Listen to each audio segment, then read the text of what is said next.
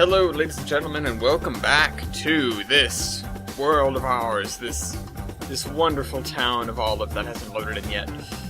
This is Under Construction, episode something or other. Actually, let me get out the comments. I totally whiffed. I forgot that was the thing that I had to do. So, un moment. Let me go to my channel, because that's the easiest way to get to the last video. And I was there pretty much all day today. Earlier, I was killing time by creating more locomotion playlists, and I haven't added them to the list of lists. Where is it? There it is. I haven't added them to the list of lists yet, which I should do. But I now have playlists for all 11 seasons. Oh, okay, there aren't any really insightful comments. But there is one that's very helpful, actually. But anyways. So today, so you may notice that I'm alone, I'm on my own. I didn't say I'm here with Mason. So, unfortunately, he was not able to make it today, so it'll have to be another time that we sort of catch up and do the fun technical things. In the meantime, I'll be doing more scenery work, so some makeshift scenery. I had a limited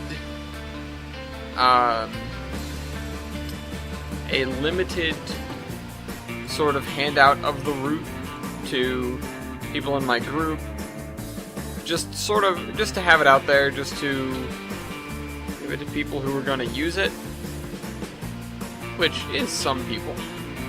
Oh, that's not great. Alright, so we've got a little gap there. And what I think I should do is just fix the location of the building. So let's do that. I didn't line this thing up perfectly. That should be good enough. Let's just slide it over here. Alright, there we go. Now we don't need to have to worry about that being uncovered.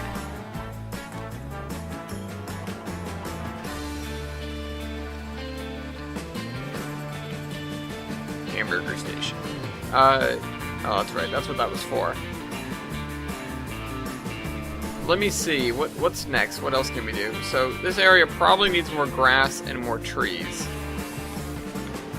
because it's pretty exposed. That's right, I was putting power lines, though. Somebody mentioned to me using grass objects, and that's smart. I should look into some. If anybody knows some good grass objects, I'll have to make use of those. Anyways, the comments are... Whoops. The one that's actually relevant here is Healesville, C&O Hinton Division, and ECML King's Cross come with the game. Did Kickstarter County not come for everyone? Where's the crappy cars that I put down? There they are. That's the best I've got for police cars. They're like British. Unfortunately, they're not particularly good, but I couldn't find any other in-era ones. I would love what's his face from Cars. But I don't have that. I don't have a way of getting it, it appears. So we're gonna just cover this here. Yeah, I don't know what else to put here failing that, so we're gonna sort of wander around and do whatever comes to mind for the next little while. And then, whatever, we do have to build that orchard, that's on the list. Putting cars in driveways is kind of important, although I've said before I don't really feel like doing that because it can be just such utter tedium. Like, way more tedium than we're used to. I did this a little bit. I'm not really sure if I like it. Although the grassy areas could get it as well. This, I think, is a really cool picture, though. Especially with the roundhouse over here. I actually filled this... God damn it, sheep. I actually filled this with engines and took a screenshot, although I don't have a all VMR engines as much as I'd like to. I'm not sure what we have that carries the sheep. That's something I need to figure out. There's more than I need to go back to the spreadsheet for, basically.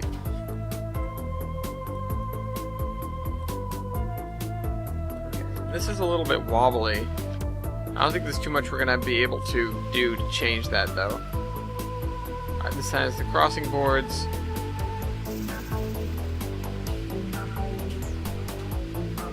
This has crossing boards.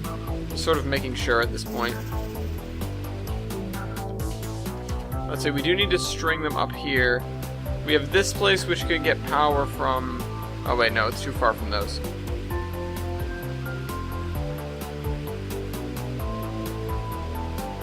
Let me just do this.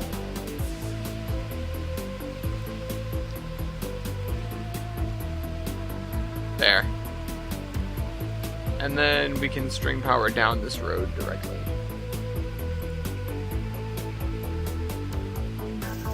And that would hypothetically power these buildings. Let's see, we need to get it past that awning. So like that. So it'll just switch sides of the road. And we'll get it up the road here. We had someone come into the Model Railroad Club that apparently just wants to do telephone poles. So, that's interesting to have happen.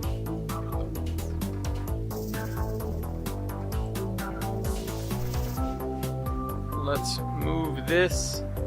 Let's put this... I'm trying to get it, like make sure it goes under the leaves, but if anybody here has ever seen power lines, you know that's not necessarily true. If this were real life, you'd have like a space cut out of the tree for where the leaves pass through, but maybe you wouldn't. And then the moment that it's heavy snows or whatever, immediately the trees are tangled with the power lines, and then you have no power. Oh, we missed a spot.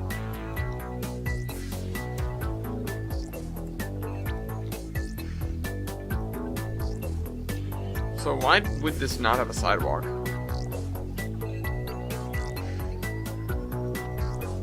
I feel like it definitely would.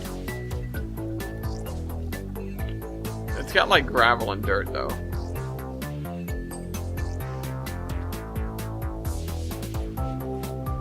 I don't know, we can do it. Old State House. No, this is the current State House.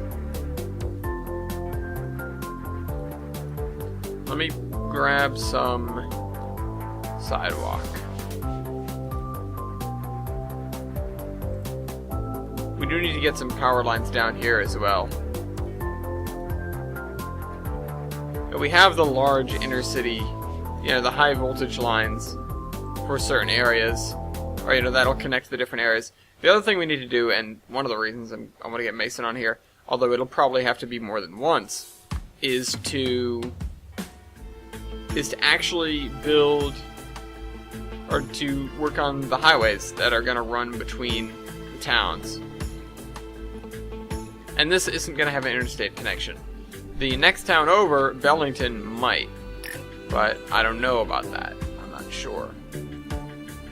Not sure if I feel like doing that.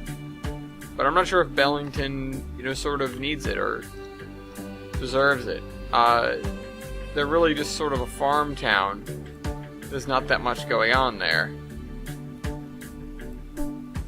We just move this. Move that. Now, what about what's the thing that's sort of in the way right there? It's this. Let's move this. So that's this, right? Yeah. Okay.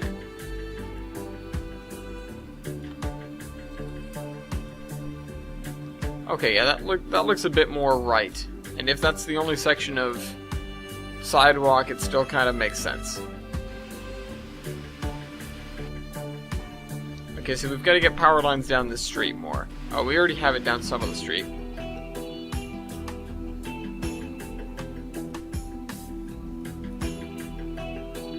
Yeah, I don't think the power lines would come all the way down here unless they need to be powering the lights, which would make sense. We would have to loop them up above, though. I wonder if we have, like, a power lines with no wires.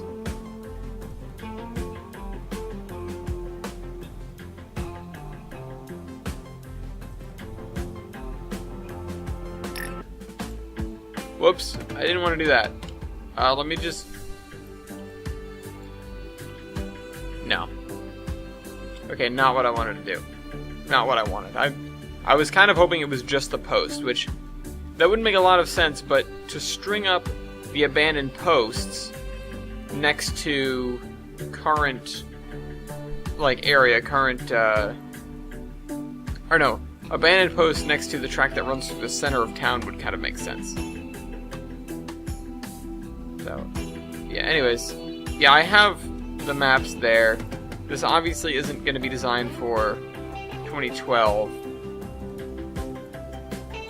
but I am going to have to think a little bit longer and a little bit harder about what commodities I'm using, what I'm using to ship them, etc., etc.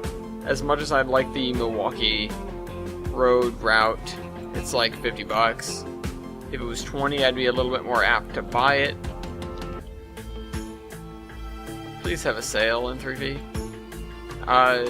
But yeah, no, I would very much like it. I could very much use it for all of its commodities in this, especially the trailer on flat car.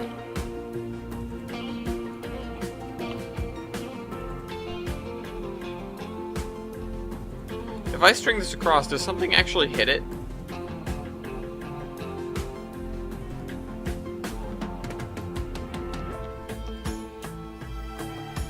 Seriously, is that high enough to clear a baby Ruth?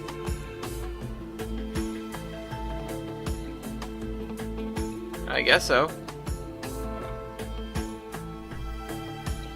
Yeah, I guess so. Alright, clears the baby Ruth. That's fine. That actually concerned me for a moment. Alright, let's continue placing this. Because we sure as hell weren't going to get her to go under the bridge.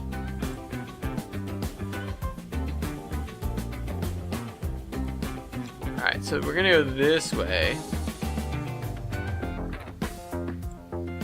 This way.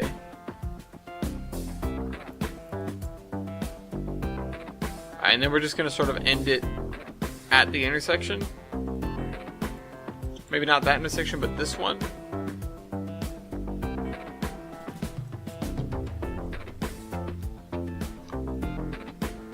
Oh yeah, no, the school needs power, this needs power.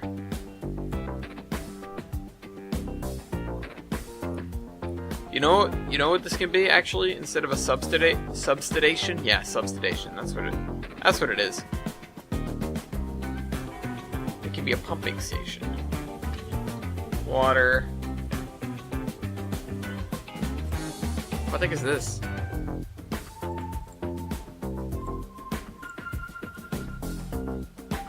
Sure, why not?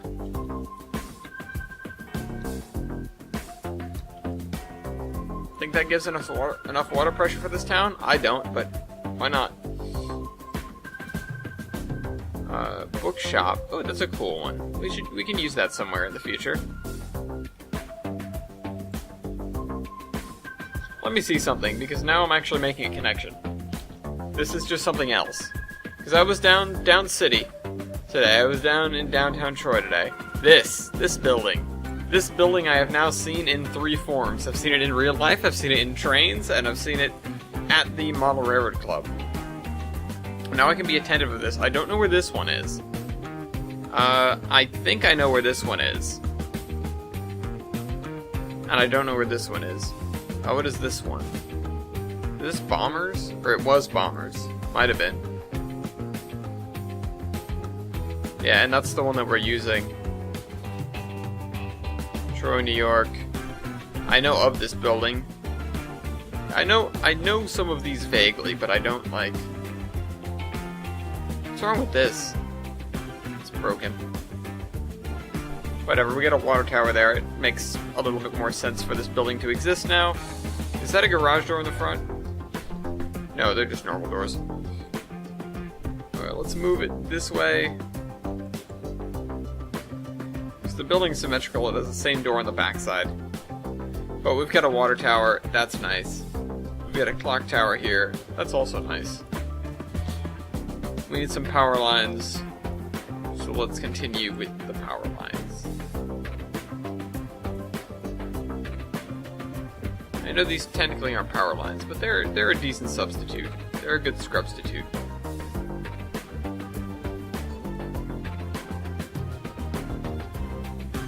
Let me just put this right there. And then...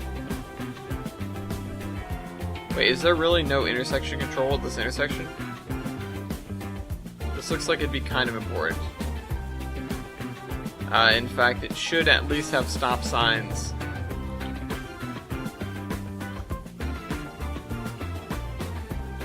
This is a main road. This is a main road. This needs... yeah, this needs a stop light. It doesn't already have one. Traffic control devices. Stop. Oh no. Lights.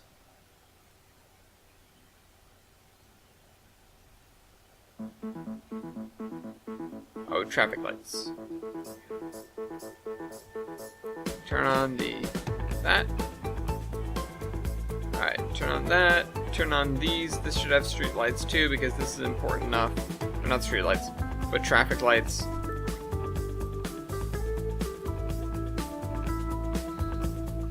And then this can just be a four-way stop.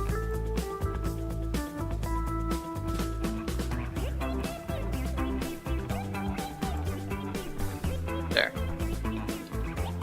That way this is protected, but this doesn't really need that much protection.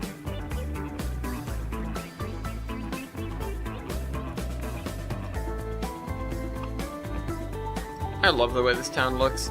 I'm happy with it. There are so many things where I'm like, it could be done better. But overall, I'm pretty happy with it. Overall, I'm proud of what Olive has become. I'm proud of the help that I got from you guys. And I'm proud to say it'll be on the DLS, well, as soon as all the technical stuff is worked out. Until then, you'll just have to look at it here.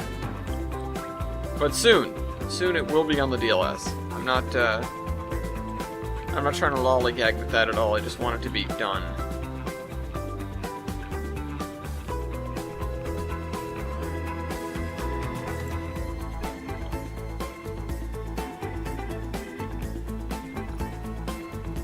That's for the school.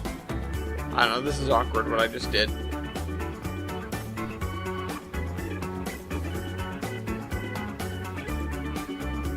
Nobody will judge me for it. I'll kill him. Alright, there. Keep on rolling.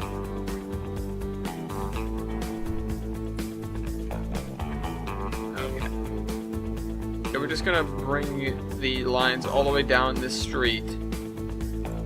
And then we'll see what's down the end of it. Because I don't know where the rest of the lines in town are. There's no handy-dandy map view where I can see where all the lines are. In Factorio. Alright, so we've got a connection right there. Put this on the street corner.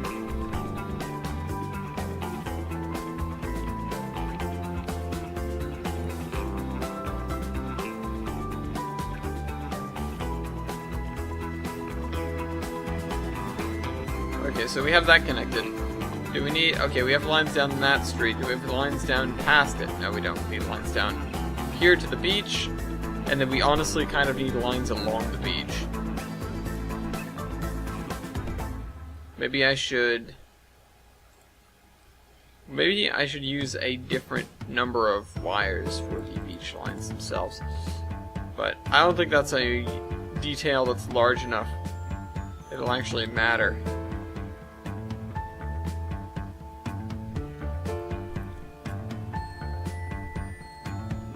Doesn't have anything either.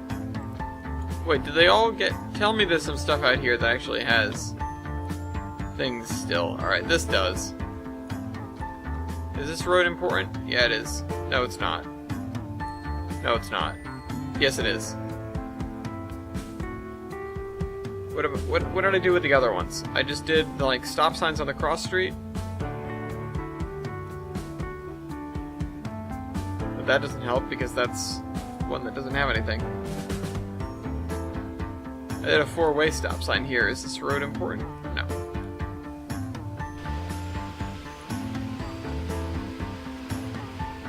But apparently the middle one is important enough to...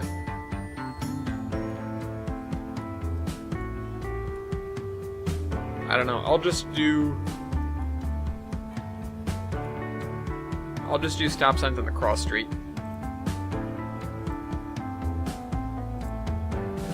I hope that's the right one. Yeah, it is. Okay, cool. The game knows. This already had it. And this does too. Okay. Cool. Cool beans. Where is... There it is.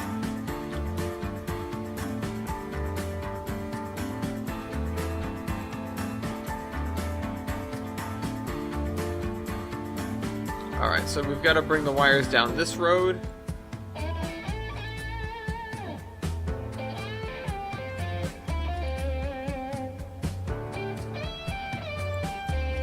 The pole is directly at the end of that pathway. So you walk off the pathway and walk straight into a pole.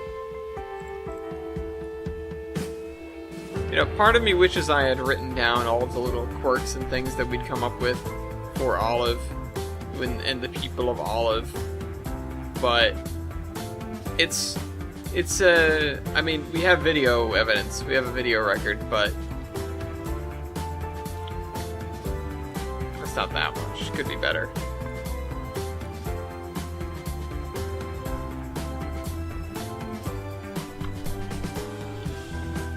Because I don't remember it. I won't remember it, and I'm not going to sit down and watch the videos to figure out what I said with, you know, this individual house or whatever. I never named the streets or anything, so even then there would be a failing in trying to write down, you know, like, oh, this is this house on this place, and he does this, and no, it wouldn't work. Which is unfortunate, because like I said, I like the little narrative we've come up with, the little ideas.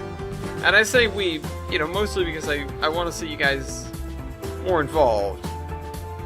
I know the show can be a little bit monotonous and boring at times, but I appreciate the comments. For example, the other comment that I haven't said yet is Mason says 5-meter grid. So, thank you, Mason. I know. Oh, wait, we don't need that because we can bring power lines down the other street. Here, we'll take this way.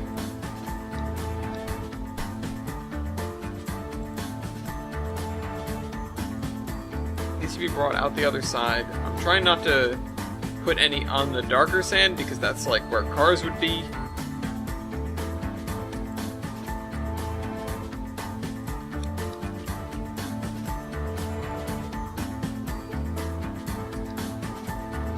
Yeah, there we go. We've got some of that.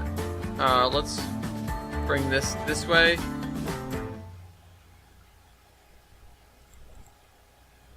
Just to this house. This gaudy yellow house.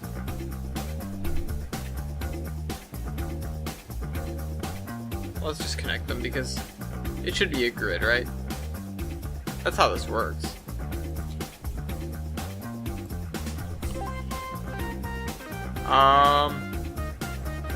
Hold on, let me, bam. There. Okay, good. We've got more power poles. Power poles. Alright, so we've got that. Let's connect it up to the stadium around back.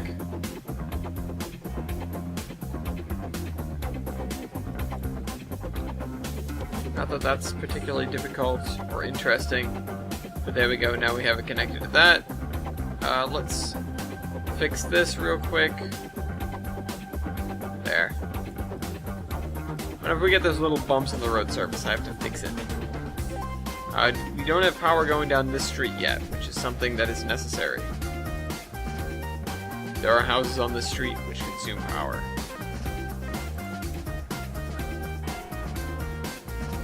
Doing what I'm doing is like playing a mix of Factorio, City Skylines, and Transport Fever, I guess.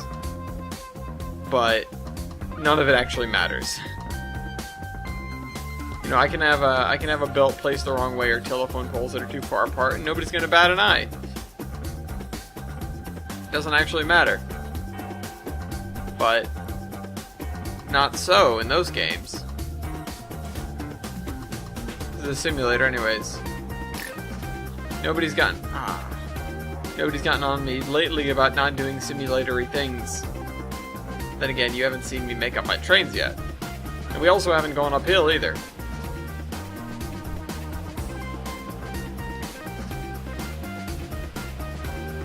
Not looking forward to that. Talked about that last time. I'm not looking forward to going uphill. I've been able to stay away from going uphill for this long. Primarily, I mean, we've done some elevation changes around Olive. Like if we look, if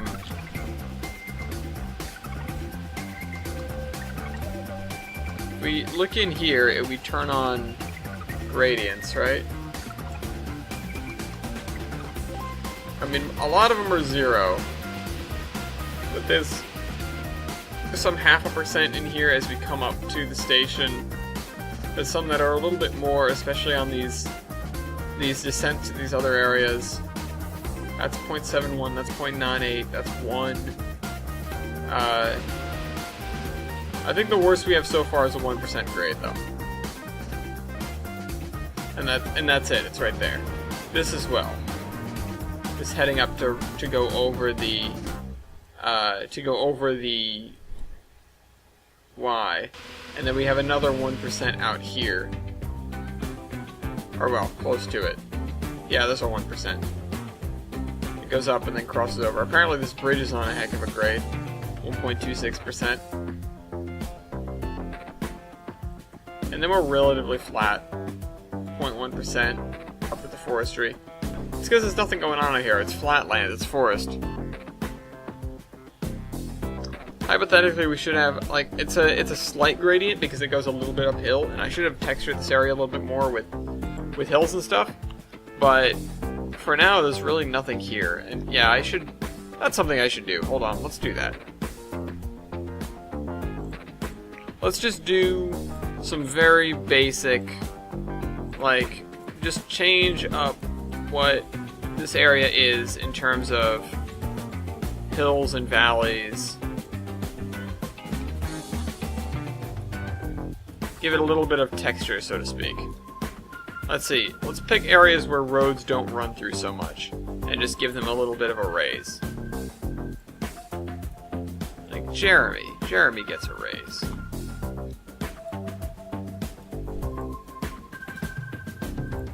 And then see what we can do is we can actually raise this up enough that the railroad needed a slight cut. But see, there's a hill there now, and we can see that, and it's more prominent. That's not right, though.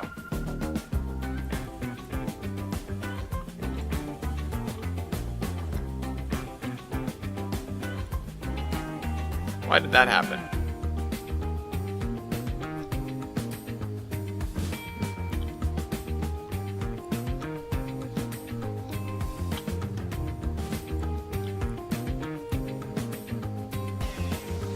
Yeah, we've got some hill over there, I think. And then we want some hill over here. I could use some at least. Oh, whoops, let's turn the radius way back up. Because the world is not flat. Like, I mean, in a literal sense and a figurative sense, I guess. But the world is not... You know, the Earth isn't flat, but also the world isn't flat. It's not just an empty area with not much going on geographically. There's nothing, there's no areas that are so perfectly flat, unless you're in Kansas, and we're not in Kansas. We're sort of in the Northeast. We're in a vaguely New England-like area. And so there's hills in the valleys, and valleys in the hills, and all sorts of goings-on. You know, these subtle changes which don't ultimately matter all that much. You know, they certainly don't matter for the gameplay of the route, because they're not making the route any more difficult to traverse or anything like that. But what we're doing is we're making the world more real. Just subtly.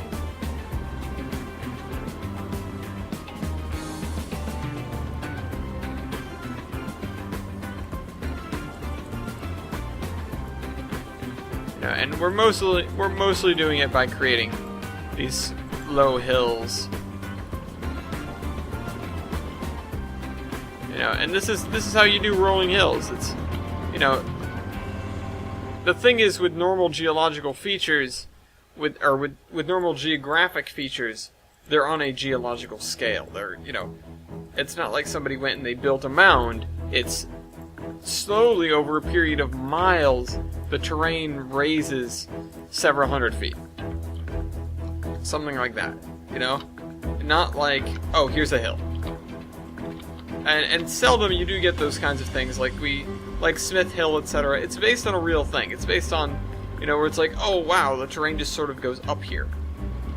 But that's not always what happens. In fact, it's not usually what happens. Is that downhill to the lake? Because it definitely should be. If not, I should create some valley there.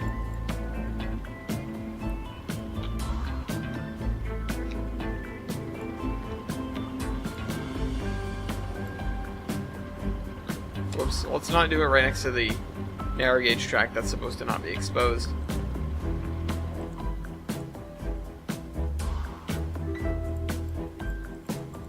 So this area, it's kind of important to have that, because we can see so far in one direction, and generally it wouldn't matter at all. But the fact that we can see so far in one direction means that we can see that the world is completely flat, and we know that it's not. We know that it shouldn't be in an area like this. We're not on the Great Plains. We're not in Kansas. We're not in Nebraska. I'm trying to think of other really flat states. Eastern Colorado. We're not on the Great Salt Flats either. We're not in Utah. Nowhere are we that there is so much flatness. That it's so geographically boring.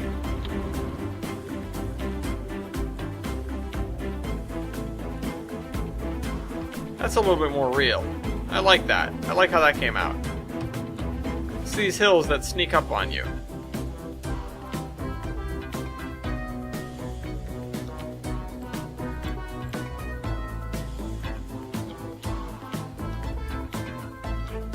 And that's the kind of thing I look forward to doing when we're going to build the next sections of the route. Because it's going to be mostly shoreline, except for the Mason Branch. We're not going to have too much variation, but we are going to have some variation. And the thing is, the northern end of the peninsula... Hold on, let me get out the map real quick, because I feel like I need it all of a sudden. I feel like I'm almost at a loss for what I'm supposed to be looking at, which is weird, because I designed the map, I just don't look at it that often. Maps. No, it's gonna be one that I made, so it's not gonna be one of these real-looking maps. Thorburn. There we go. Yeah, we're not up against the mountains by any stretch on this section of the route. In fact, we're gonna be getting farther and farther away from them. Olive is the closest that the Gilson Eastern gets to the mountains on the northern side of the peninsula. So, other than that, we are not going to see any sort of heavy terrain formations. And by heavy terrain formations, what I really mean is just, just the hill that sort of looks over Olive.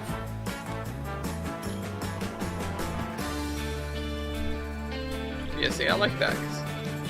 One side is higher than the other. It looks like there's some sort of... There's something going on, it's not flat. And I said that about a bajillion times so far, but I need to keep... That's not right. We've made another bump. I need to keep reiterating it, because it's something that not only... Oh, crap, wrong button.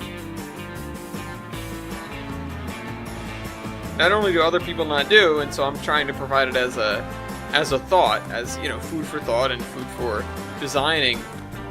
but I'm providing it as a note to myself, because I've seen myself build. I've seen myself get lazy.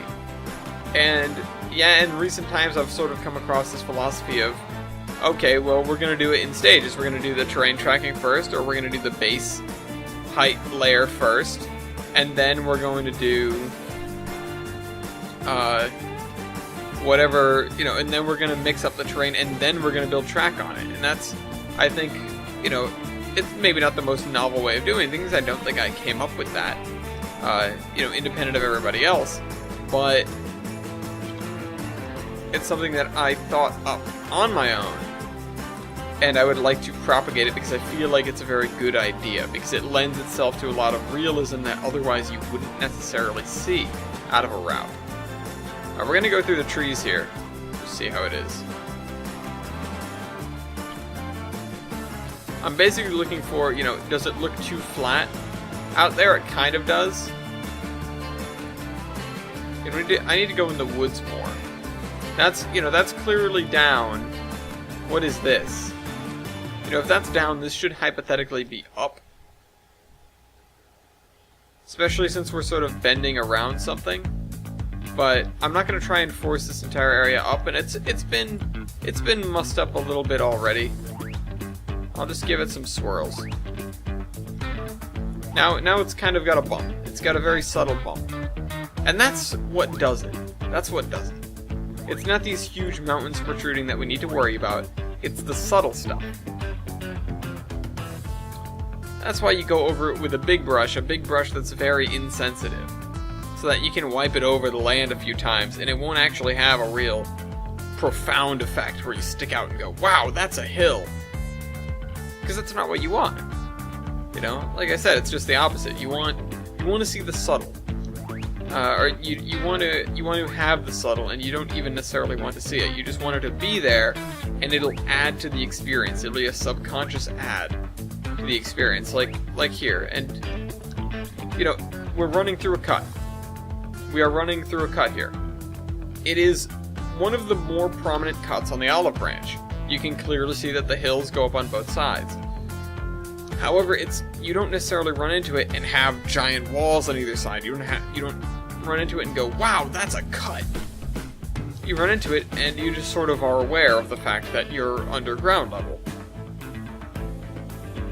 And then you begin this descent.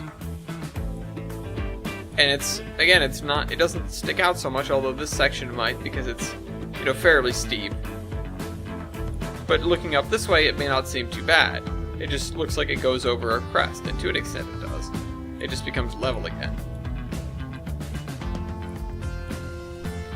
Then it comes down and makes this turn, and it's pretty flat, but you can see a hill there. And you can see that it goes downhill there, because you can see, like, over the lip. Come around this corner. And we're in a fairly flat section, which that's by design. This is flat because we've got the little yard here for the transfer. So we're going to continue out of the olive branch. We're going downhill again, I believe. We go down, we meet a road. This is the first railroad crossing on the olive branch. Or technically the last one, I suppose. And you can clearly see that goes uphill and over a hill. This way it disappears around some trees, but the road itself stays more or less level and goes across the swamp.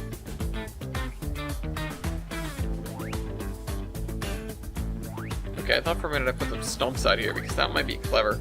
Put some willow trees out in it. But I'm not intending to do too much more with this. We can if we feel like it, I suppose. But nothing important going on there. I'm looking to see if I get a message from Mason like, hey, I'm available, but he has stuff to do. So I would not blame him for not coming around, and we'll just do a full episode next time where I can do more technical stuff, and I'm, you know, whoop-de-doo, sippity-doo-dah. Oh yeah, that's one of the signals. Okay, that's the other thing we need to do. Oh, and of course, these don't show up unless you back way up. So we need to include, this is a Gilson Eastern line. We need to include signaling over this entire area. So, not just the line itself, but the actual the actual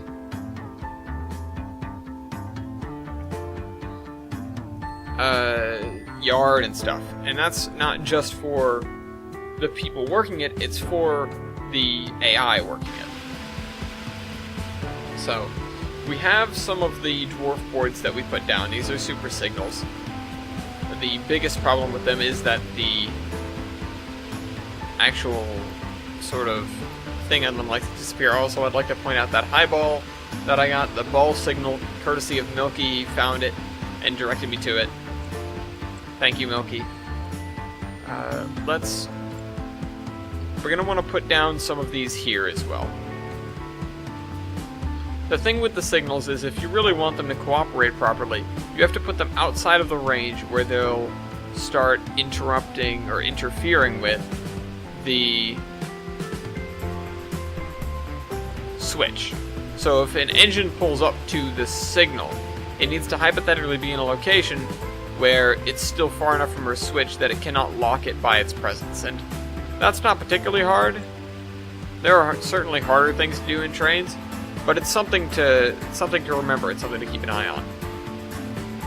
And the amount of signals we have in this yard might be excessive, but on the whole, that's okay. You know, in a lot of cases, it's better to have more and too many than it is to have not enough.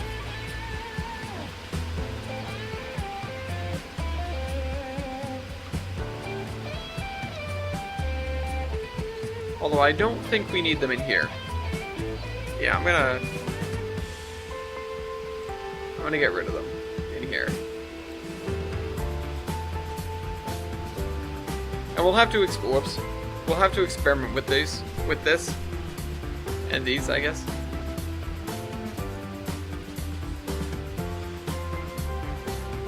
I'll put one here, which makes the most sense. No, do that signal. There.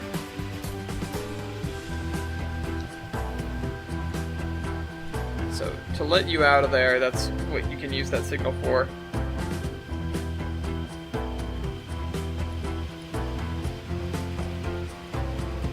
And then we don't actually need a proper dartboard there.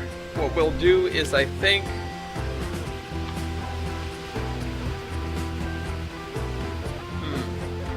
so yeah, we do have to think a little bit about what we're doing with the signals here.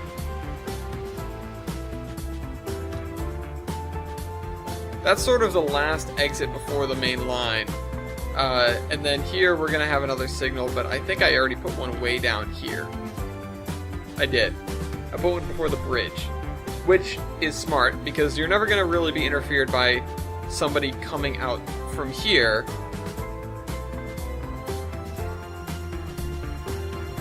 Unless it's somebody doing the job, in which case they will never have priority. So the idea is we should give them a signal, but not the main line. So we do need to think about which ones we're doing, which ones we're giving. This makes the most sense. Except for a dwarf. But we'll say we put one of these out here.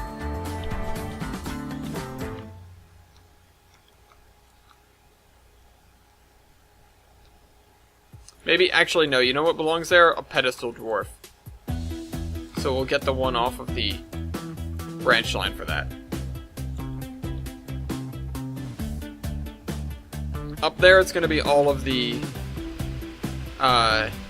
searchlight super signals. So we'll have to pay attention to that.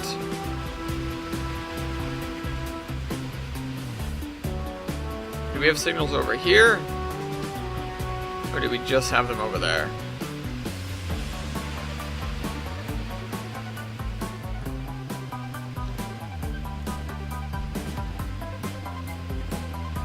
For the most part, I don't really think anybody's going to be coming this way.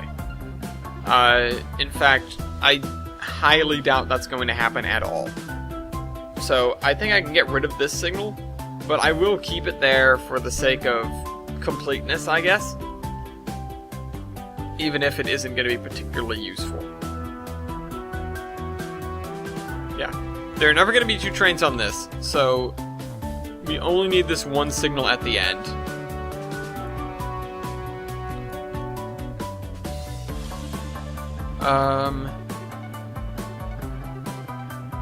As for this, yeah, this is getting out of... This shouldn't be a dartboard, right? Yeah, this is getting out of GE territory. We're onto VMR territory. And so those are all going to be searchlights. And I think I did I think I did install some searchlight super signals.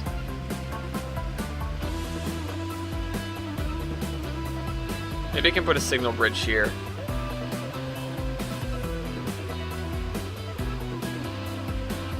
But on the other hand, maybe not. So when you start your run, you're going to come out of here. So these are protected by these signals.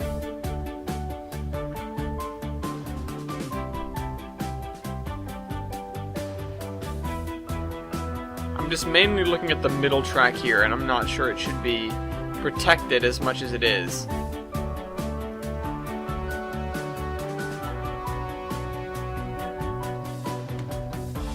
If somebody's working in the yard, they have to get sent back. I don't know, I need to analyze more of how that's working, because this is just like, this is an interlocking, I guess, but the controls to it are not really that absolute. We'd have a signal out here, like on this side of the bridge, probably, but it would not be a real signal, so to speak. It would be more of a, a sort of leading signal. It would be reflective of the aspect that the other one showed, right? You know, the one leading in showed. But that may not be true, because a train could stop here before the bridge because somebody is working the intersection there. So, we have to be conscious of that. We have to think about what makes the most sense, where trains would get stopped, sort of where you're going to dispatch to and from, or where you would be dispatched to and from.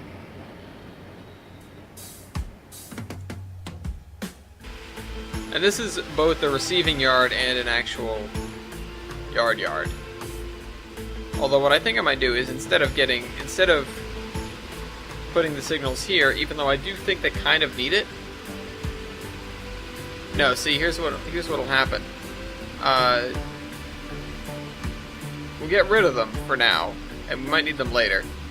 So a train will pull into the receiving yard. No, you know what? We do need them. It's just we might not use all of them at once. So let's make sure the other one is there now. Yeah, it's there. Okay, so train pulls into the receiving yard, which is here. Either pulls in nose first, but probably does not. It will pull in, it will drop off its cars. I guess if it's coming this way, it'll just pull into these tracks here. If it's coming this way, it'll have to stop and then reverse into one of these tracks, because this is sort of the secondary yard. And that's for receiving. So, yeah, that. Yeah, we don't have much of a yard lead, do we? Although technically this whole thing is a yard lead.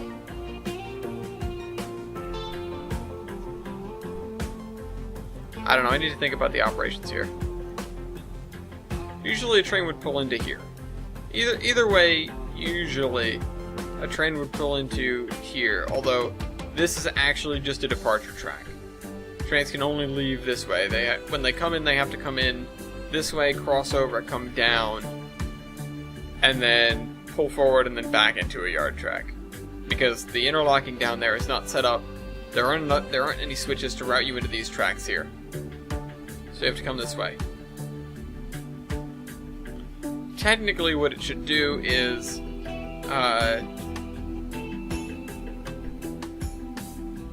is stop, disconnect the engine on this track, and then run it to engine servicing, and another train would come out and grab it from here, this sort of passing siding. This will be a receiving track, but that doesn't necessarily make sense either. Because we don't have a defined receiving yard. And this would be it. We have to pull in and back up, and it's only for relatively short trains. Let's see how many cars we can fit in here in the shortest track. So let's use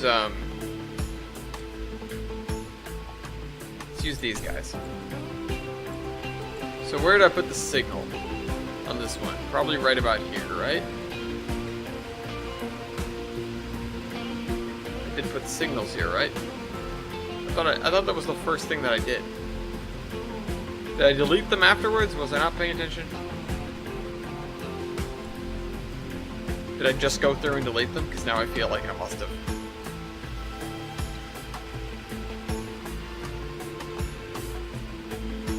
Oh wait, yeah, that's right. I deleted them and put the one signal there.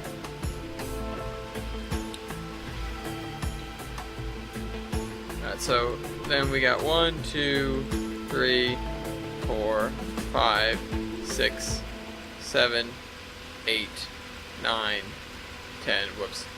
11, 12, 13, 14, 15, 16, 17, 18, 19. I mean, I guess 19 or 20 cars is not all that bad.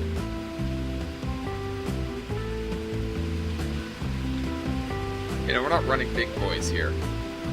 It's not like too much stuff gets dropped off in Olive.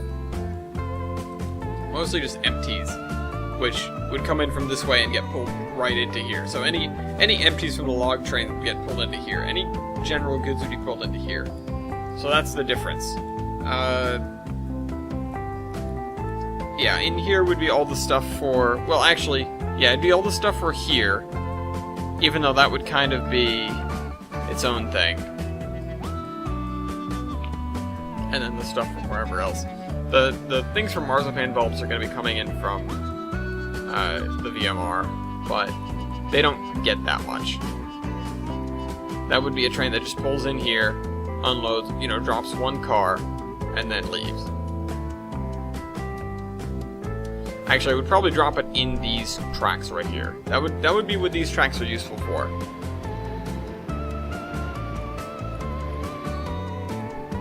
And so if anything is going to have signals on its output, it's going to be these guys right here. They already do. So, good, I thought ahead. Do these tracks have signals on this end? Because they should if the tracks have signals on the other end.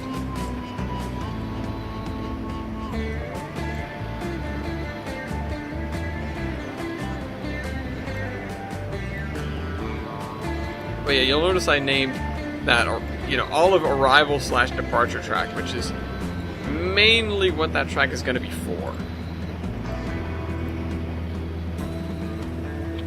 The train will pull in on it, do, you know, a short thing, and then leave.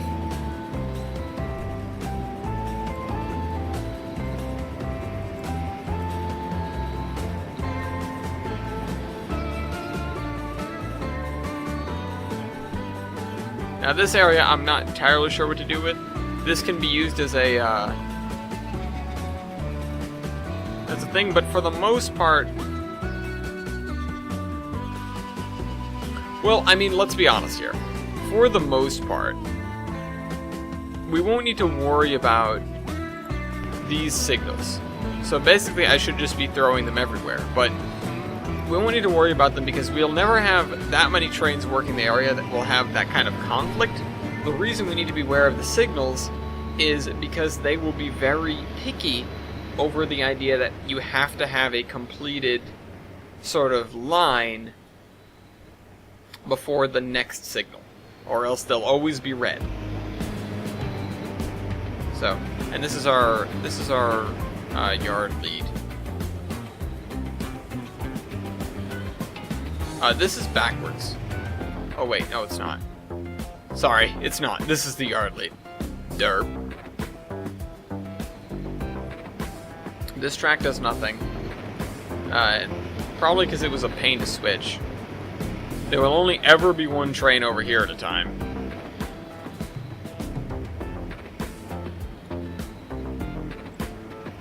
And I want the single... I want the single head, the one that we had over there. Because that makes more sense, because the only thing you're going to be doing from there is coming back into Olive Yard. You're never going to leave on the main line from the from this industrial park, from the commercial district, basically. Or no, this isn't the commercial district. From the whatever this is.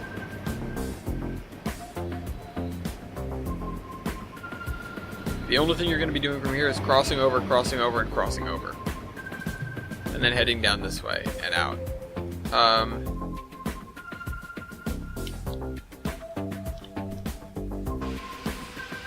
Honestly, I should bump this signal back, though. Like, I have a signal up here. Where is it? Wait till it appears. There it is. I should bump this back to here, because I don't know what track I'd be leaving from. And either I should... Alright, yeah, that actually works. So it's like you'll always be leaving from this track, and that is just a sort of staging thing. Unless you're leaving from this track. Although, would you really be leaving from these ever? No, you wouldn't. You wouldn't be leaving from this. Unless you were crossing over to get to there.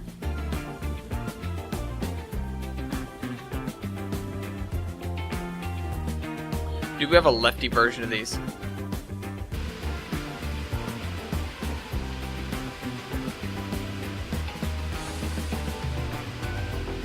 What is the difference between these? Vertical face. No.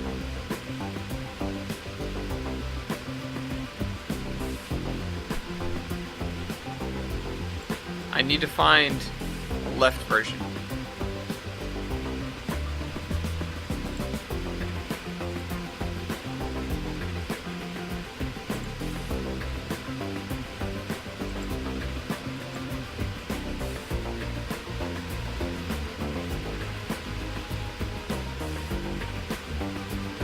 That's the same. That is this, right?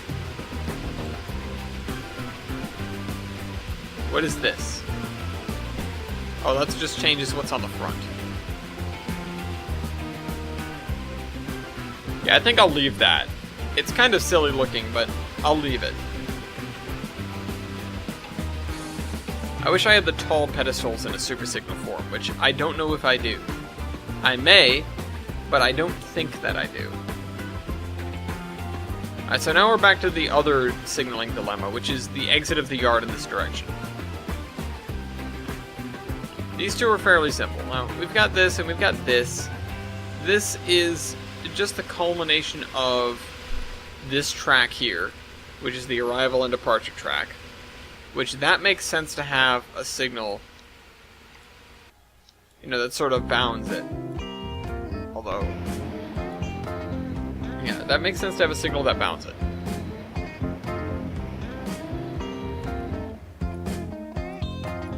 Because it doesn't have any other switches along its length until you get to here. Basically, the only thing you'd be doing, you'd pull in the engine here and then stop. And then uncouple the rest of the train, and then pull the engine off and send it to the engine house for servicing. Or just back it down onto a different train.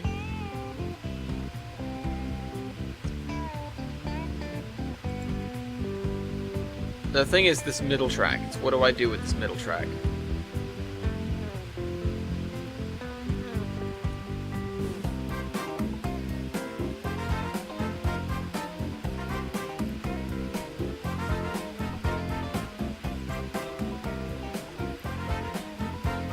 What is this one? Let's just put this here. Oh, this has actually got a keystone on it. That's why. I'm gonna use these. As much as I love me the keystone, it doesn't really belong here. Okay, so there's that. We now have 3 whistle signals. Again, I'm still deliberating on this, though. because it's what do I do? All of these tracks, except for these, what are these? These are the industrial tracks. Oh wait, no, this, which is the incoming. So this would be outgoing, and then this right here would just need a... I'll give it a pedestal dwarf, because it's such an awkward thing for elevation.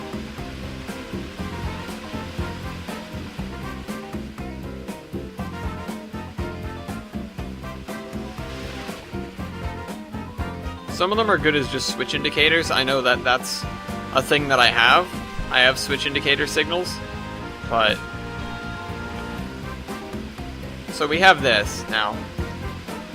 Because then a train could leave this way, and the only reason a train would leave this way is if it's going to... if it's going to take things to the industrial park. More than likely. There is the slim chance that it wouldn't do that, but... Alright, so... Now where do we have signals? Let's look at the map. We have 3 signals here. Because we have the other 2 protected. Or, well, we don't have the incoming protected, but we'll say you come in on that one all the time. We have this one, we have that, we have that. We don't have this, we don't have the thoroughfare. Oh wait, that's signaled there. And this all pretty much is one block, which is fine by me. I will add a couple of short PLs just at the exits of various industries to sort of serve as switch indicators to prevent trains from running amok.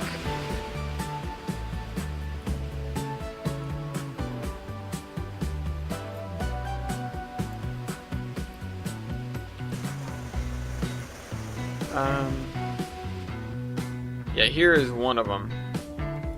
Oh, we've got to toy with this a little bit more, or we've got to change this rather.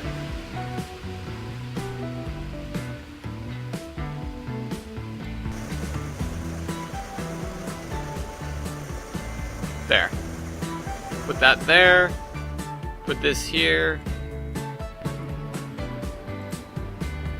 Are we on the industrial siding, though? Oh, yeah, no, we're on the industrial siding. I don't actually need any of these. What I do need is just a signal here. That's all I need.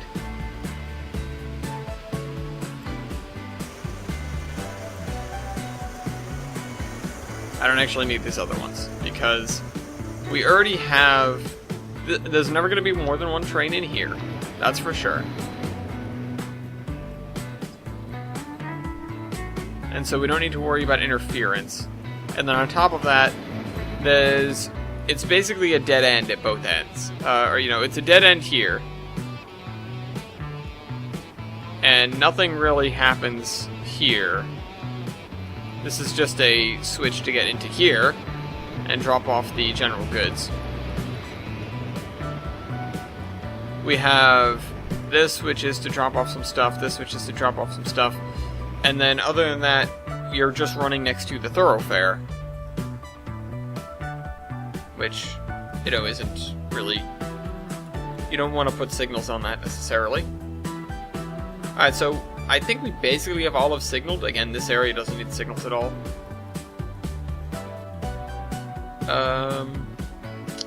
This does not have a signal at the end of it, which means that it will get pissed off, so what I need to do is give it a buffer even though it has one.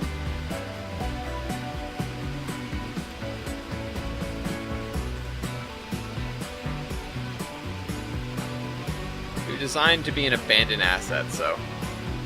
Or you know what I can do? I can just give it a... Instead of doing that, what I can do is I can grab one of the invisible signals and put it there. So, let's grab them, because I know they're right here. Invisible signals. Wait, did that say... VMR, okay, northbound and southbound. I need to name those industries as well, but I still don't know what they need to be using in terms of commodity, because they don't have the right cars to use the trailer on flat car stuff.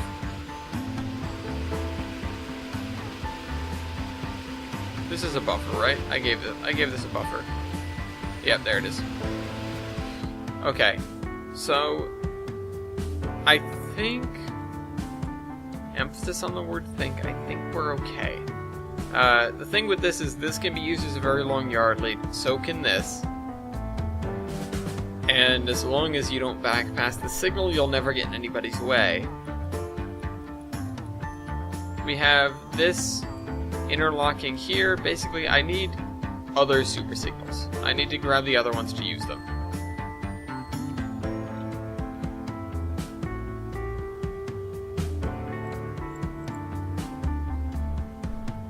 What are these? I know I grabbed a bunch of different kinds of super signals, but what are these? Oh, these are the G styles. They don't really work too well in my experience, but I think we're going to be using them anyways, later.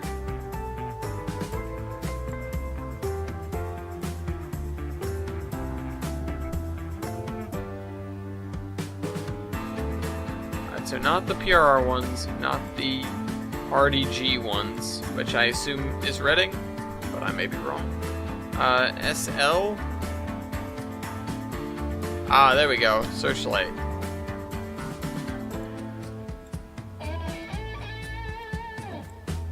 Wait, why are you green? Oh, it's just a switch indicator.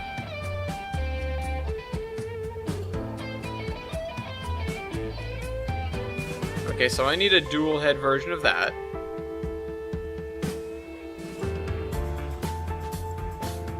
Catenary. There you go. Oh, it's too tall, isn't it? Is it?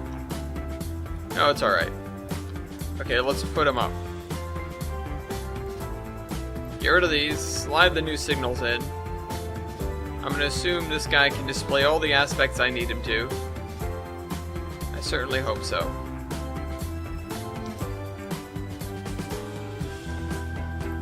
If you can't, that's going to be a totally other problem. We're going to have to go back to the old signals. But I wanted to use the super signals because hypothetically, the session does not get carried over. So unfortunately, these signal settings, etc., do not get preserved, which is annoying. If I can fiddle around with the session layer stuff, I might be able to find a workaround to that. I'm not at all certain that I can, but I might be able to. But what that means essentially is when I do stuff with the signals themselves outside of interlocking towers, I won't be able to, or I'll have to do it every time I release a copy of the map for actually being used. And that's a little bit annoying. It's not at all something I'm looking forward to doing. But I am looking forward to releasing copies of the map, so there's a trade-off there. I'm okay to accept it. Let's do this.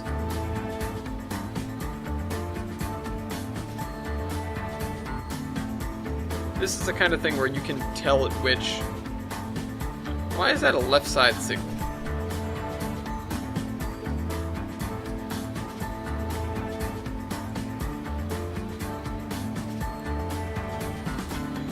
LP and RP, left post and right post.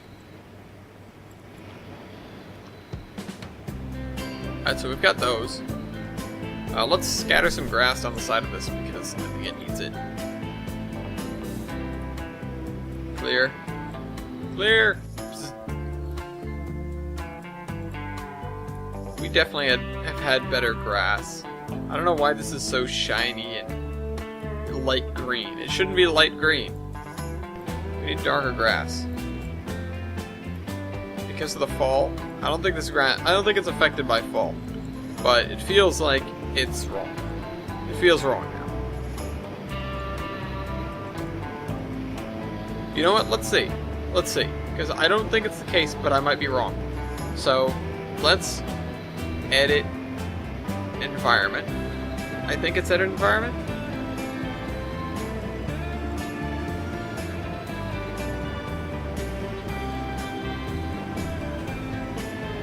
The trees are turning back to green. The grass has not changed. So basically I'm going nuts. And the grass is the same. Okay, so let's go back to September 21st. And we'll watch all the trees change again.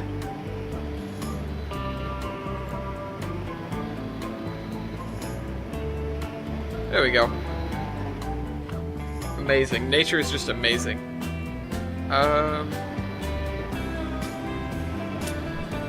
Okay, so what's next then? Let's finish replacing these signals. So we have to go back to this tab. And we have to go over to...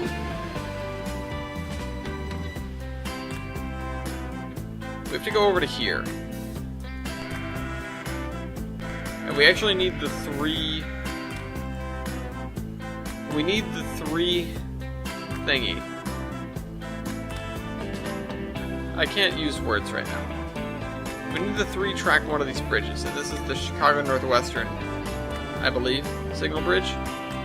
Yeah, CNNW, 3-track gantry signal, so we can fit it over the tracks down here.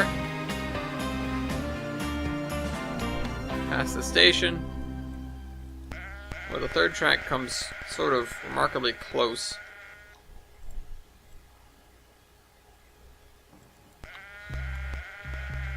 And then let's grab one of the signals, so let's go back and grab the signal.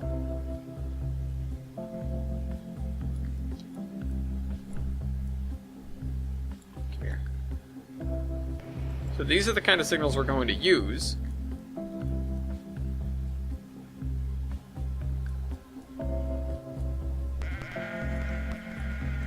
Sheep. Let's see if we can place them more or less right. That's... Oh, this one's a little bit off. That one is basically perfect, but I wish it could get a little bit closer. I'll bet you if I move it closer, it's going to be too close.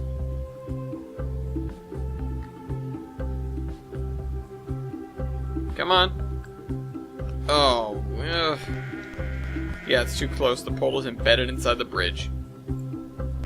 That's better, I guess. I'm not sure which I like better, to be completely honest. Let's get the one head... Well, actually, no. Let's get a 2-head here. It doesn't necessarily make sense. But if I was pulling out of this track, I'd want to know which track I was aligned for. Where did that go? Oh, it went over here. Come here. Easy does it. Easy does it. Come on, be a good gantry signal, damn it. This way. This way. This way. Back. A little bit more. Too much. Not enough. Too much. Not enough. Come on, there's no in-between. Damn it. Okay, wait, let's move the track slightly. That was way more than slightly. This is cheating in a way. I wonder if I could hold shift and be more precise with that movement of the signal. But I don't know. I'm not going to find out right now. Okay, so I need another one of these 2-head right pole. Oh, and it's CNNW. I can understand why the right pole comes before the left pole, or the left pole comes before the right pole in the listing, I mean. Also because L is before R, never mind. That was a stupid conclusion to draw. Alright, so then we have this bridge, where this is way too tight, I think. Let's sort of shift this slightly, see if we can get it a little bit less. I think that looks so much better, okay. Okay, so CNNW bridge. That's what I need. need the 2-track version now. On the other end of this interlocking, and then I'll need to hide another I'll need to hide an interlocking tower here.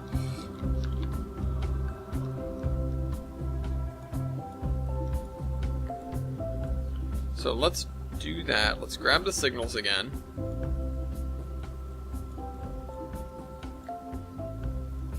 Wait, there was one right there. At the exit of this track.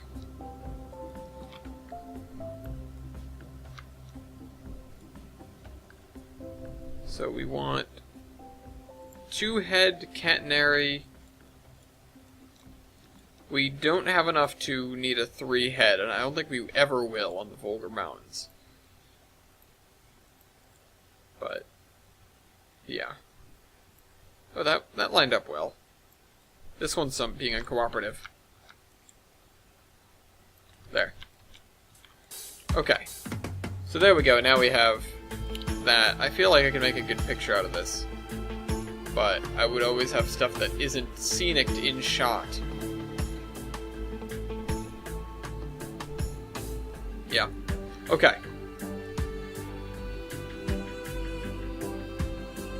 Yeah, I think that's all for signaling, at least for a good amount of time. Until we leave. The next thing we have to build, the next interlocking we're going to build, the Gelson Eastern is going to take this sweeping turn outside of town here, and this track is going to come alongside, and then we're going to have the south interlocking.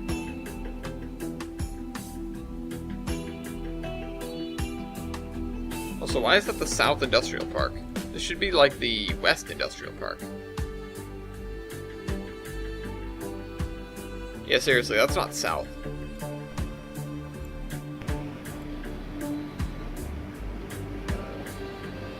Oops, wrong thing. Let's do it here. Nope. I just clicked on the set of buildings. Olive West Industrial Park.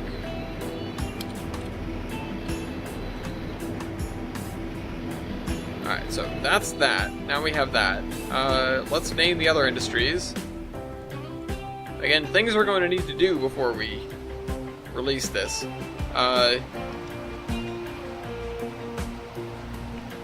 Olive Intermodal Track 1. Again, I don't know what to do with these necessarily, but Olive Intermodal Track 2.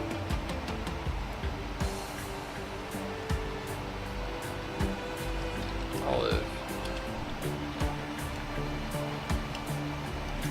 Nope. I hit 4 instead of 3. You guys saw that.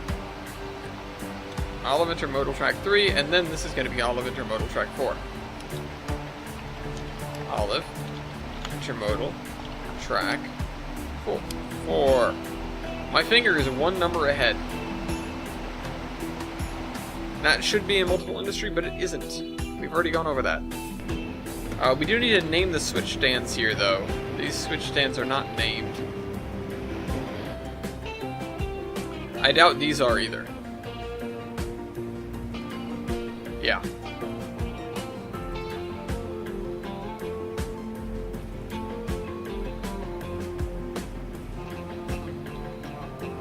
I don't know how I'm going to name these. I'm going to be honest. I have no idea how I'm going to name those.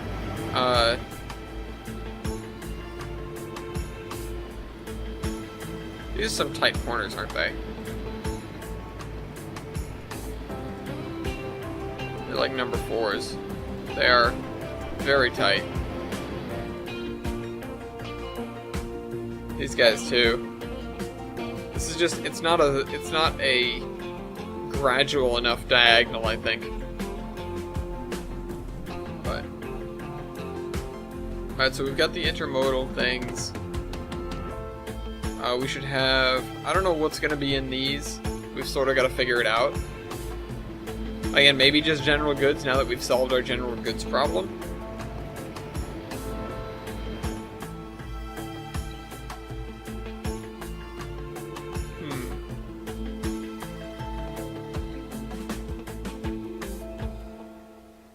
Let me see. Let's name some switch stands.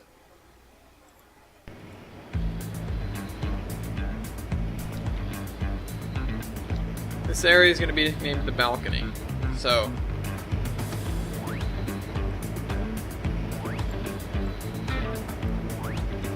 Olive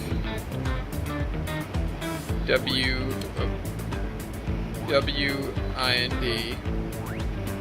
stores. West Industrial Park. And this is going to be balcony runaround south. Olive.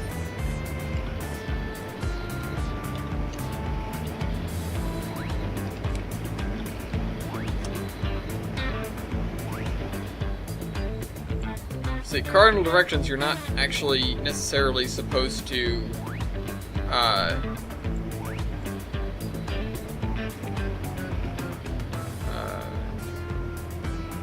shucks. I forgot.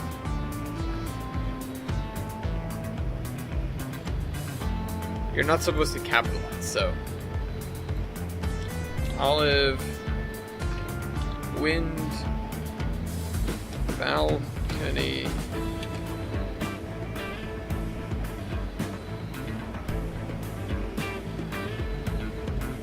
Main. 1.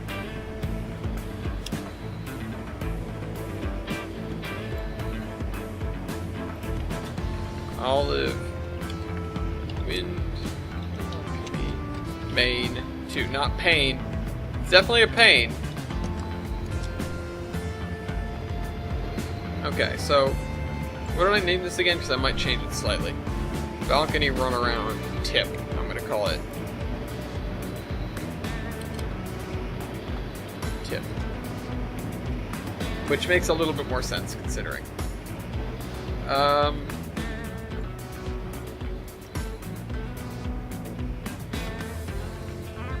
Yeah. I'm gonna call this the Olive Wind Waterson Spur. And I would say defunct if I felt like fitting out the thing.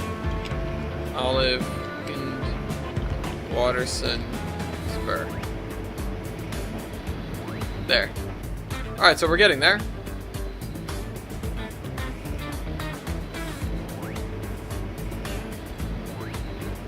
Call this Olive Model 4, because I don't necessarily want to copy the names directly. But obviously I want to make it so that they are recognizable. But we'll call them track whatever just for those. Just for the industries. Olive Model 2. Oh, easy does it. Olive 1. Okay, and then let's see. Just Olive Intermodal Spur.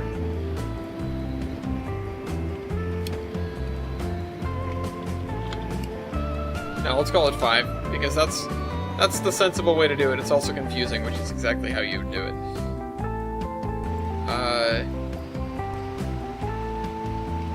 Olive Old Maid.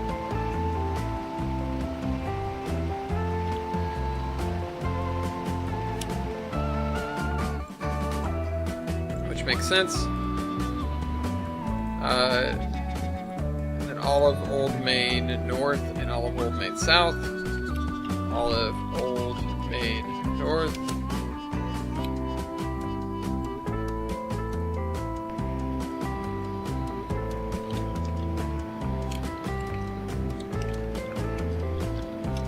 Okay. Olive Old Maid South. Oh, let me guess. You only get Kickstarter County if you actually contributed to the Kickstarter. Huh. That would make sense. That's gonna be a pain. Let's see. Junction 58. Olive Old Maid Spur. There.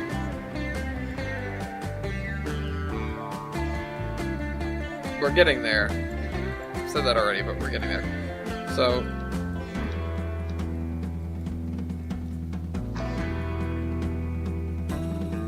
about here? Is this crossover? Did we name it? No.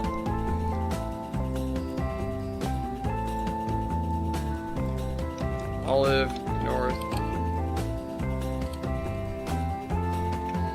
crossover. And this would be local. This would be the express track. Olive, north, crossover, express. There's so much you can tell about the area just by the switch stands too. The more stuff you write down, the more stuff there's going to be to see, and you can see, you know, little nuances here and there.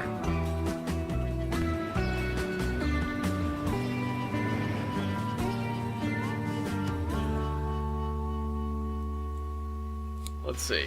It's always the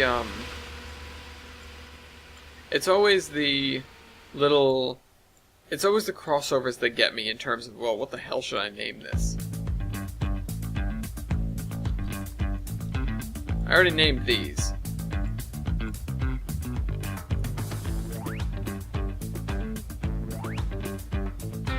Yeah, the Y of death right there. And up here, so let's see.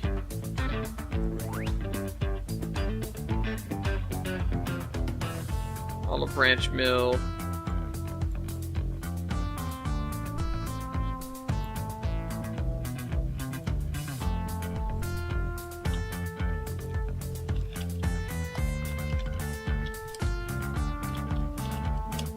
There we go.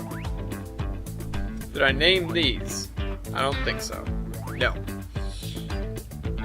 Alright, so here we go. More switch stands to name.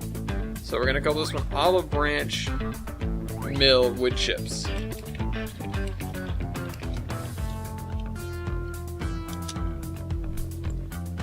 then we're gonna have Olive Branch Mill Coal. I'll just name them after what we're supposed to get out of them. Mill, coal. Nope, wrong kind of coal. And then, let's see.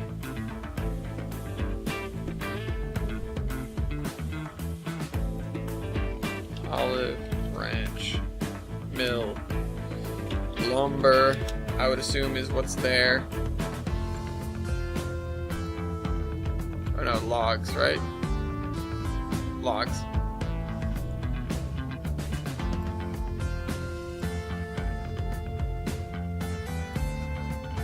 We've got to play around with the industry distributor thing as well, I mean.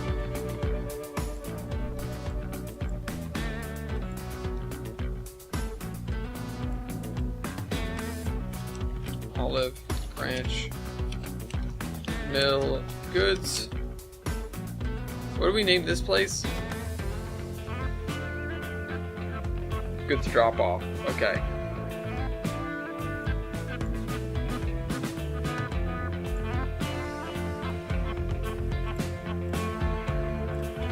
Olive Branch Mill Sidings.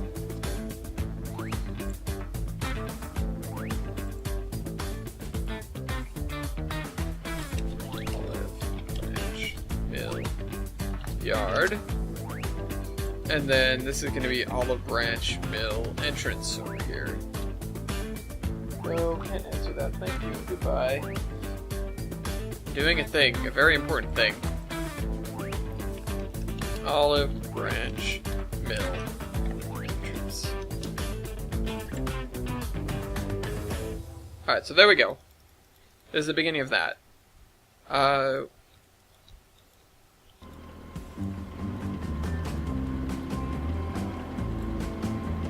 Then we're gonna get Olive Branch Forestry 1. Olive Branch. Whoops. Branch Forestry. Not Forestry Siding 1. And then we're gonna have Olive Branch Forestry Siding 2.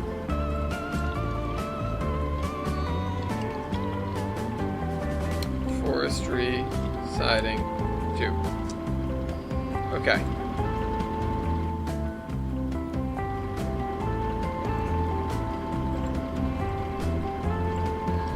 Olive, branch, forestry. No, why do I keep spelling it that badly? Oil.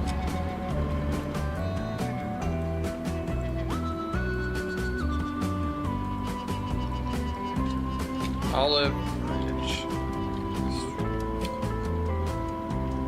goods. So, once we do this, I'm going to go back and I'm going to figure out some of the industry linking stuff. Olive, branch, forestry, run around east.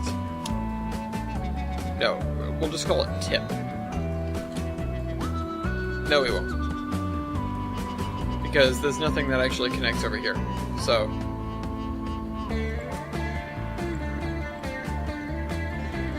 olive, branch, forestry, run around west. There, now we have names for all these switches. That wasn't that hard.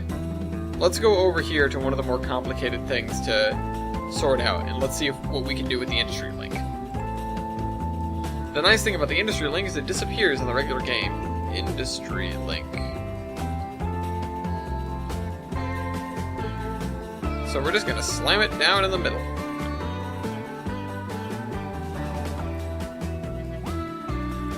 Add product link. From. Here's the thing, I'm not sure how this does this.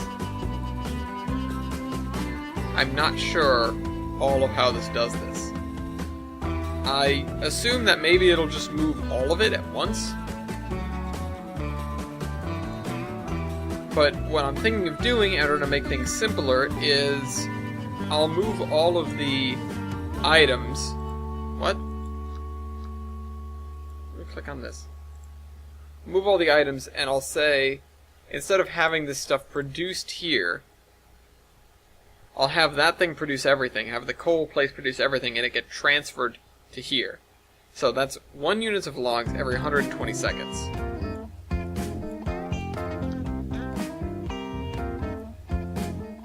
No. Show me the coal dock. Nope. Alright, we're gonna move this thing out of the way too early. We've got half an hour to settle this.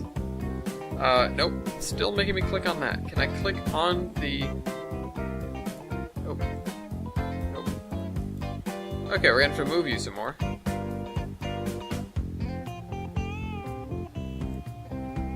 Are you gone now?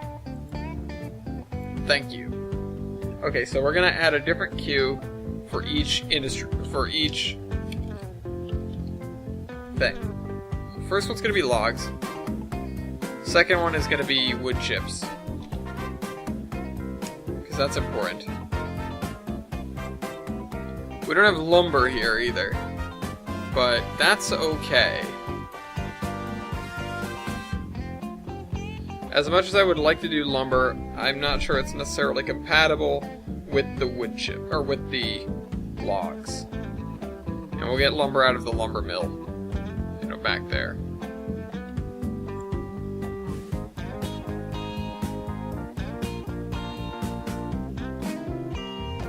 Although, maybe I should do lumber instead of logs here. We've got this whole thing. We've got this whole big thing. It doesn't just saw logs. It definitely produces lumber. So, yeah, I'm gonna switch this from lumber to log, or from logs to lumber. Get rid of you. Let's change you to lumber.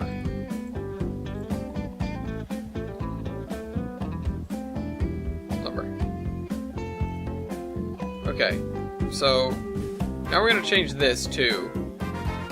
So this is going to, instead of consuming and producing, we're going to make a second queue for lumber.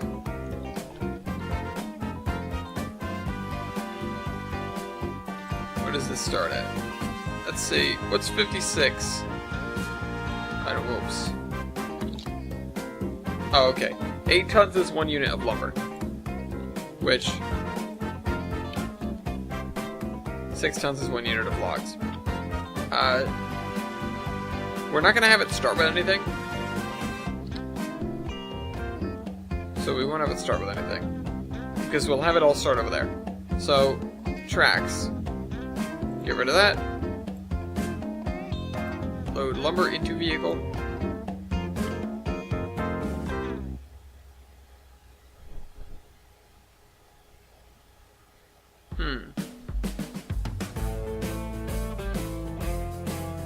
You know what else we could do? And this might add a little bit of something to it. I have an idea. So we have these, we're gonna have logs, right? And so let's start out with 6. Let's start out with 40 tons of logs. 7 units of logs, let's say. And it'll eventually go to... Alright, so 800 tons of lumber, 100 units of lumber. Again, let's start this with none. And we'll add the single track, and it'll unload logs from the vehicle. So what I'm thinking we can do, instead of having any of this, so let's just set this back to 30, like is the default.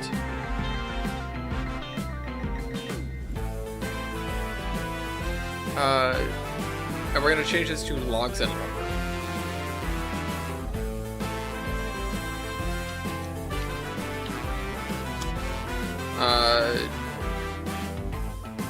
And we'll leave that switch name. Why not? This doesn't have anything to do with anything. These guys are gonna continue. These guys are gonna consume goods all the time. Why am I spinning the camera? But it was creating 120 logs, or 120. We need another queue. Logs. Okay, so here's what we're gonna do. We're gonna have this unload coal from the vehicle, because yeah. And then, we're going to consume 1 ton of coal every 600 seconds. That seems like a lot.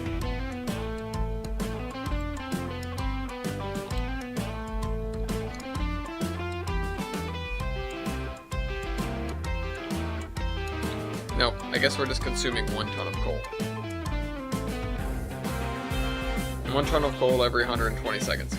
Sure, why not?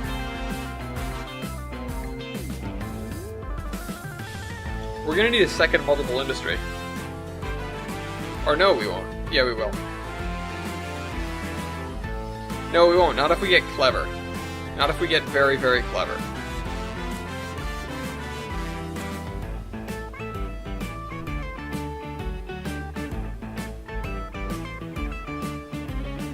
I don't know how we can get clever, actually. What if I add a second one? If I add logs.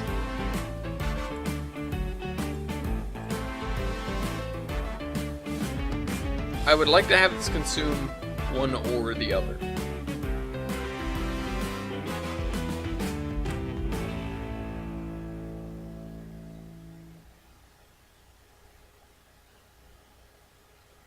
Can I have a second process?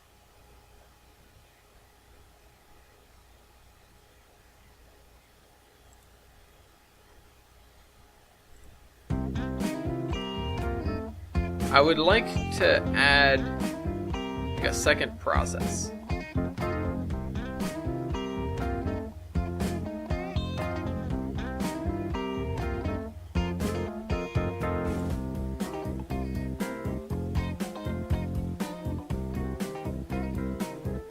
Yeah, I would like to add a second process, but I cannot.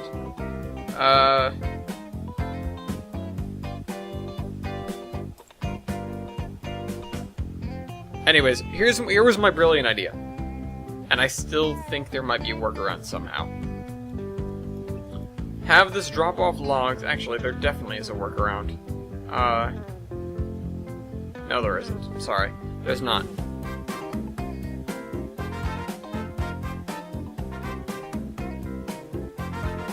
Because I'm thinking, right?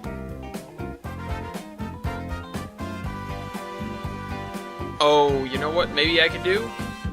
I could have this thing, like, automatically produce logs on its own.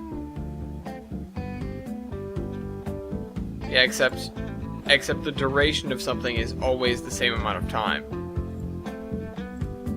So I can't have it do that.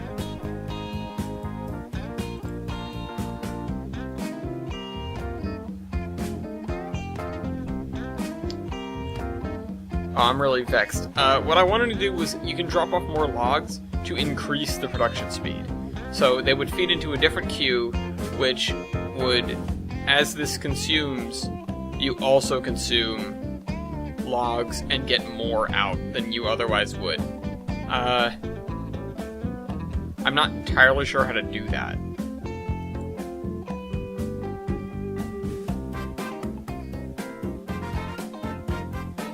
I'm not sure there's necessarily a way to do it.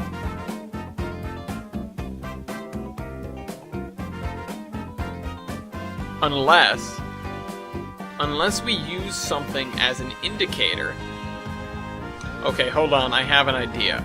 I have a really stupid idea, actually. And this is going to be something so very silly that I would never think to do otherwise. But this is what we're going to do. We're going to have this input something. We're going to have this output logs. We're going to have this output logs. And just logs. So we'll get rid of this. Get rid of this. And this is going to just output logs. And what's going to happen is, so as long as this is consuming,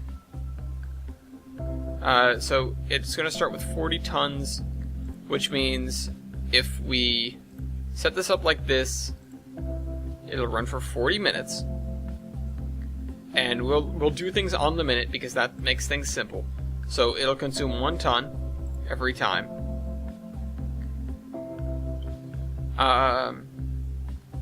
And so when it consumes 1 ton, it will produce 5 logs.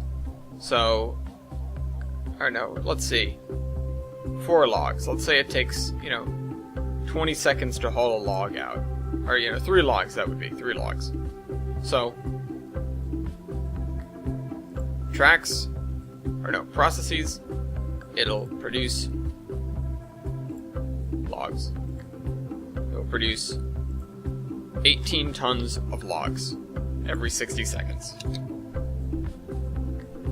So 3 units of logs. So this will not produce all that fast, but that's okay. Or I could slow it down. I could say 120 seconds like I had before, which means that it'll run for an hour and a half or so. It'll run for an hour and 20 minutes. It'll produce, let's say 30. No, let's do a little bit more. 32. No, 35. I was guesstimating. I should have been doing some math. But then what'll happen, it'll produce 6 units of logs, and they will automatically get moved. Where's the industry link? Because I'm going to stick it underneath the mill. And I will have to play with this more in my off time. So let's move you over here. And what'll happen is, this will move... Oh, whoops. Let's just name this, like, Olive Branch Mill.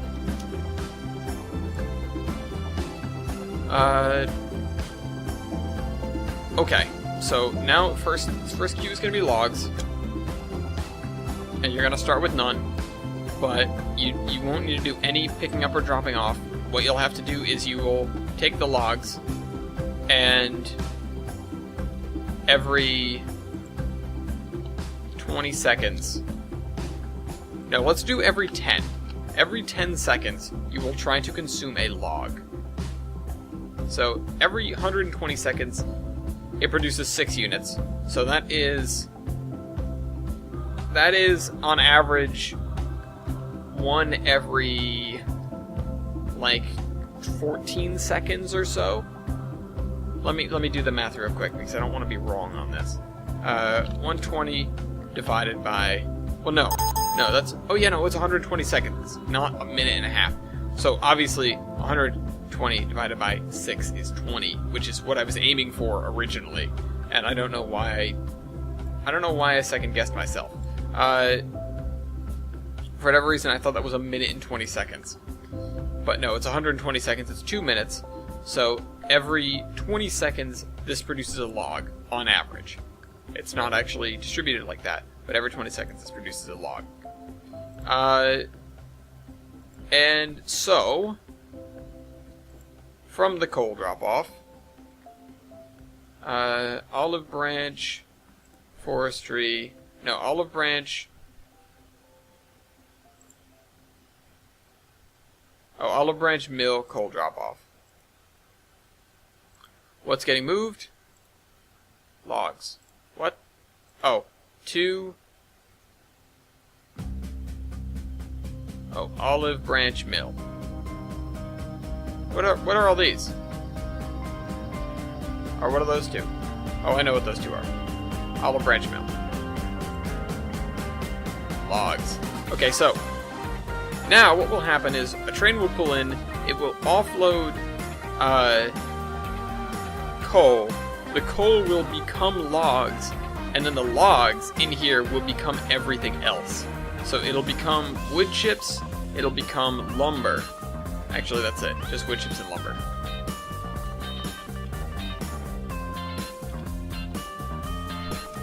Wood chips. And then lumber. We'll leave that at 100. And then we'll change this to like 100,000. Or whatever the other one is set at. So let's go over here real quick. So we have to be conscientious of what these guys are trying to do. Every 60 seconds you produce 10 tons. So we have to break that down a little bit. So I think we'll make it produce a little bit less than that. This is 400,000, so you can fit an awful lot. Oh, that's right. I was like, where'd the pile go? It's over there. Wood chips, 25 tons. You start with 25 tons, but, so we'll just sort of leave you to that. Add product link. So we're going to go from the mill itself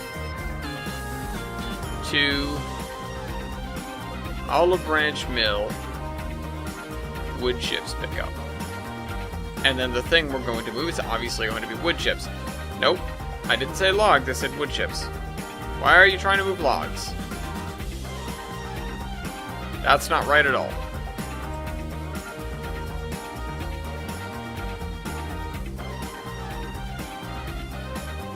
What the deuce? Alright, we'll get another industry link then. Click. Add product link from mill to wood chip place. Where are you? Wood chips pickup. And then we'll move wood chips. Yes, thank you. Okay, so as this produces wood chips, which it wants to produce them at a rate of, so it'll consume a log every 10 seconds. If that produces, under an ideal scenario, 25 tons every minute, which is kind of absurd, we'll actually just produce 1 ton of wood chips with every log.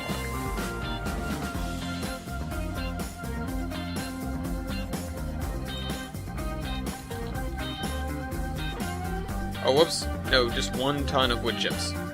1 ton of wood chips with every log, every 10 seconds.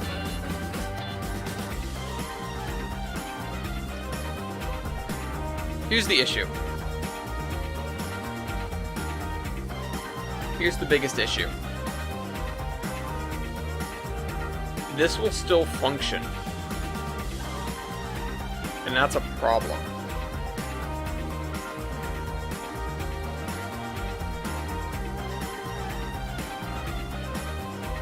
That's not what I need to happen. That's not what I want to happen. Unless we use something else as an intermediary. Unless we use something random as an intermediary. And that's what I was thinking of doing. That's what I had my aha moment, and then I didn't follow through on it. I think somebody just knocked on my door, but I'm not sure. Let's find a queue of some random thing that we're not going to worry about. Some other kind of log set. Let's do this. 16-foot log set. How much is 1 unit? 20 tons is 6 units, so let's try 5 tons. 4 tons is 1 unit. That's fine. I get rid of this. Frankly, I don't care. Yeah, that won't work either.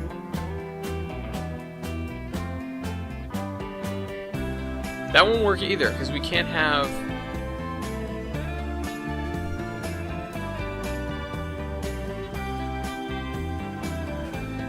Okay.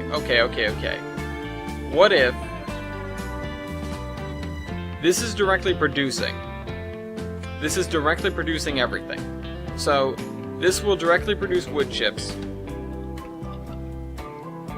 The question is, can we route stuff, a bunch of stuff, to the same thing? That is going to be a question. That is going to be a really major question, actually. So, we're going to have these, and we're going to keep this log set, I guess. And this is just a placeholder. So, what's going to happen is we're going to have this processes every 120 seconds. We're going to produce some amount of log set. Let's just say we're going to produce again 20 tons as an example, or sorry, it's going to be 120 seconds, so divided by 6, yeah, it's 20 seconds. That's what I wanted. We're going to do wood chips. So every 120 seconds, we're going to produce how many tons of wood chips? We're going to produce 6 tons in a minute. So we're going to produce 12 tons of wood chips. Which, I'm not sure if we can handle that. Let's just change the queue to wood chips to 100,000. Or actually, let's change it down to 30,000, because that's how much it was, right? I didn't really look at it too hard. No, it shouldn't be 30,000. No, it is. It's 30,000. Okay, I accidentally wrote 300,000, but 30,000. So that means it's going to appear and disappear instantly, because the industry link works instantly. But it's going to create these wood chips. 12 tons of them, and then they're immediately going to evaporate. The other thing we have is lumber. Lumber, it will produce 1 unit of it, so we're consuming... One unit of logs was, what, 8 units? Or 8 tons, I mean? Let's check on this. So we can still see that here. It's 6 tons. So...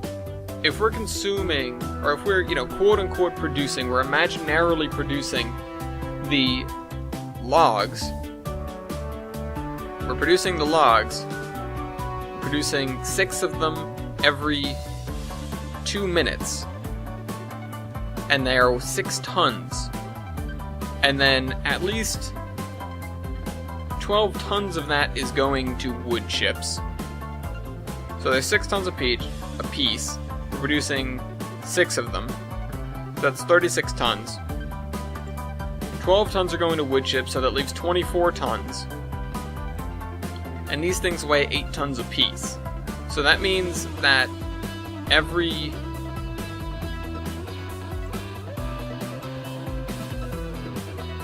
yeah, so this is 1 ton of wood chips per log. And then... that means basically we're just gonna have 2. Actually, you know what? Let's call it perfect. We have 3 tons. It produces 3 tons perfectly.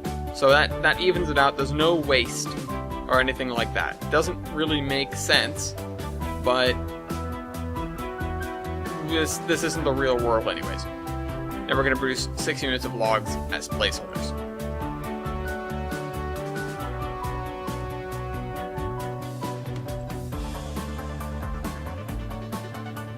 Yeah, produce 6 units of logs as placeholders. So this is going to take 120. We'll just work with this. This could be different. It could be better, theoretically, but we're going to work with it. So what this is going to do is that 16-foot log set is going to be an indicator that the mill is running. And then it's going to get put into here. And we kind of need to have a sort of infinite, bottomless pit of log set. Because if we don't, it'll back up. So let me do 16-foot log set. And then, oh, it's limited to 256 units. We should probably change that, but 256. Yeah, see, I don't know what happens if you overload the industry at one end. There's going to be a lot of experimentation here. This is I'm sort of going off the deep end with trying to figure this out. But basically what it's going to do is, if it has one of these, meaning the mill is running, and it has one of these, meaning there are logs present off of a train, it'll produce extra. The thing that would be really nice is if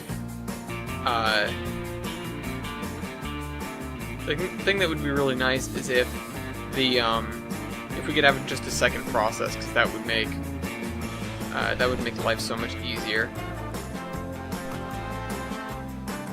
But anyways, yeah, that's my workaround. It might cause the mill to gum up, because if what happens is it's continually producing placeholder logs. So let's just do one.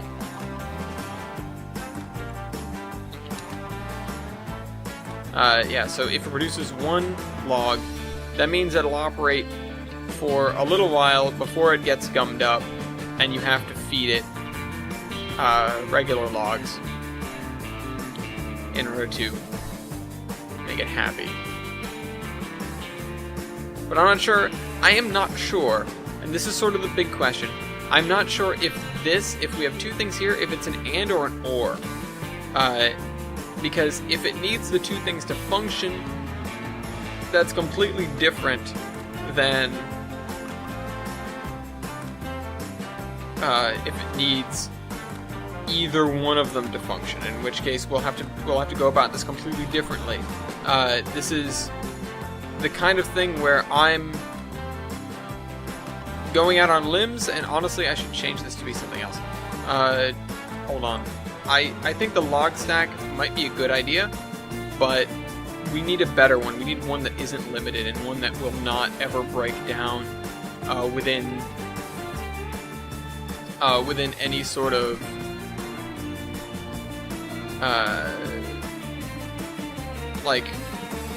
sensible length of time.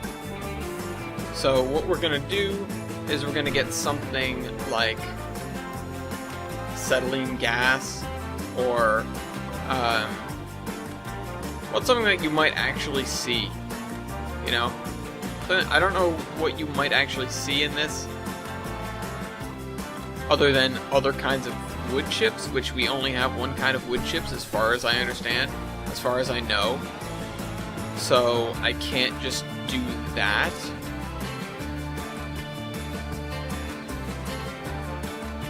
We do have a second kind of coal, but I don't know where that belongs. I don't know if it's built in or whatever. We sort of have to go off of whatever.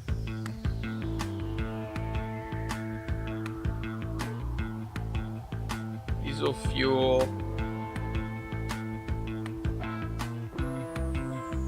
Do we have like a steam product? Because that'd be silly to use. We have sand. We have sawdust. Oh, that's a good one. Is sawdust built in? The last thing I'm going to check in this episode. So let's go to installed. Let's go to sawdust. Installed from DLS. Alright, that is good enough. So the factory will produce sawdust. And then the sawdust will get transferred to this. Oh boy. It'll get transferred to this, and if this has sawdust and logs, it means that the mill is operating, and that logs have been dropped off here for it to be, in order to be consumed by the mill. Where did the industry links go?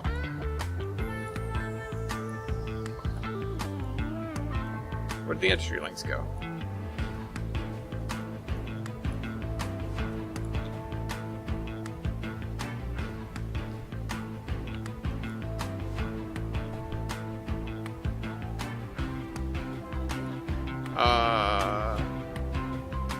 Oh, there they are. I was just zoomed too far out. Okay, so yeah, it'll get moved to this, and then it'll create it'll create extra logs or extra wood stuffs if you add logs to the system. So, anyways, I hope you guys enjoyed this video, and I will see you next week. Trainman out.